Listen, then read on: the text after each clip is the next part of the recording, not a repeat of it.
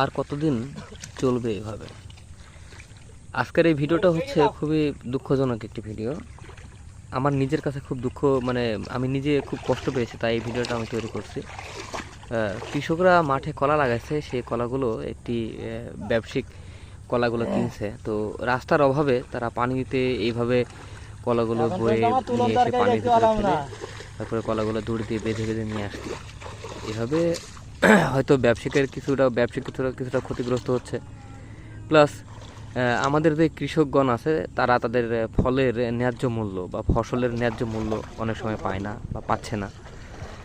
এই কারণে পাচ্ছে না কারণ কেয়ারিং কস্ট অনেক বেশি হচ্ছে, এই কারণে তারা ন্যায্য মূল্যটা পাচ্ছে না। তো দেখেন আপনারা ভিডিওটা,